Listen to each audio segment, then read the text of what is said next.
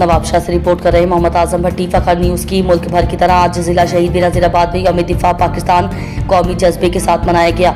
इस सिलसिले में डिवीजनल वज़ीला इंतजामिया शहीद बेनज़ीराबाद की जानिब से कमिश्नर शहीद बेनज़ीराबाद डिवीजन सैयद मोहम्मद सज्जाद हैदर की क़यादत में DC ऑफिस से नवाब शाह प्रेस क्लब तक रैली निकाली गई।